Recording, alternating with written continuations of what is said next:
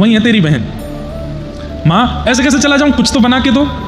माँ को जबरदस्ती रसोई में लगे कुछ बना के दो, कुछ सामग्री दे दो। माँ ने कुछ सामग्री बनाई, सामग्री बना करके दे दी और बस मनी मन सोचने लगी, हे राघव जी मेरे पुत्र का ध्यान रखना, ये निकल तो गया है, मैंने इसको समझा तो दिया है, जितनी मेरी इच्छा थी, जितनी मेरी योग्यता थी उतना इसको मैंने कर तो दिया है, बस आप संभाल लेना इसको।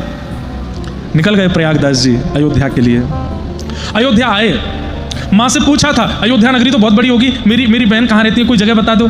तो माँ ने कह दिया था कनक भवन में है तेरी बहन। सीधे कनक भवन में बिहारिणी जी के दर्शन करने के लिए गए और वहाँ जाके पुजारी जी से पूछने लगे, जय सिया राम। बोले जय सिया राम। बोले कहो भैया हम जनकपुर से आए हैं, प्रयागदास हमारा नाम है, जानकी जी के छोटे भैया हैं, आप उनको मिलवा दीजिए, बोल दीजिए कि मैं उनका भाई हूँ, राखी बंधवाने आया हूँ। पुजारी जी बोले सामने योगल सरकार विराज रहे हैं, दर्शन करो।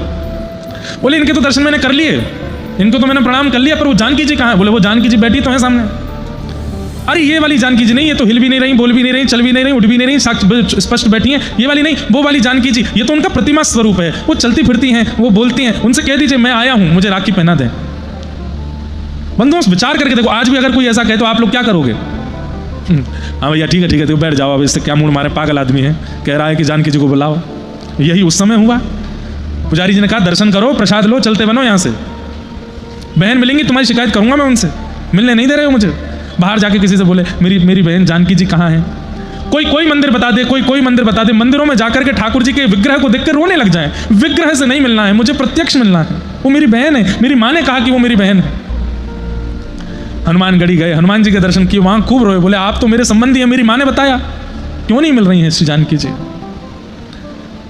हनुमान जी को रो करके जब कहा, एक वृक्ष के नीचे जाकर के इतना रोए, 7 दिन तक ना कुछ खाया ना कुछ पिया, बस सियाजू सियाजू सियाजू, मेरी बहन सियाजू कहते कहते रोने लगे। हनुमान जी महाराज सिया जी के पास गए, बोले कि मैया मुझसे इनका विरह देखा नहीं जा रहा है, आप कृपा करो। सिया जी बोली ठीक है।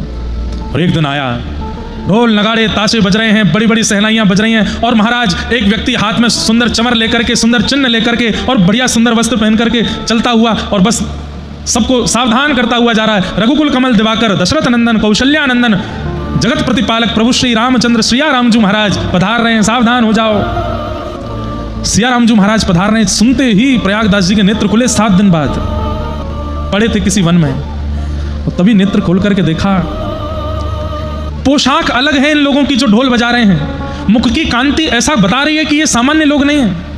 जब घोड़ों को देख रहे हैं, चिन्ह रखने वालों को देख रहे हैं, ढोल नगाड़ों का स्वर सुन रहे हैं, ये संसार के ढोल नगाड़े नहीं है, ये कुछ और है। मंगल गीत गाते हुए सखियां चल रही हैं, सुंदर सुंदर वाद्य बजाते हुए बड़े बड़े संगीतकार चल रहे हैं, पुष्प वर्षण करते हुए, मानो जैसे गंधर्व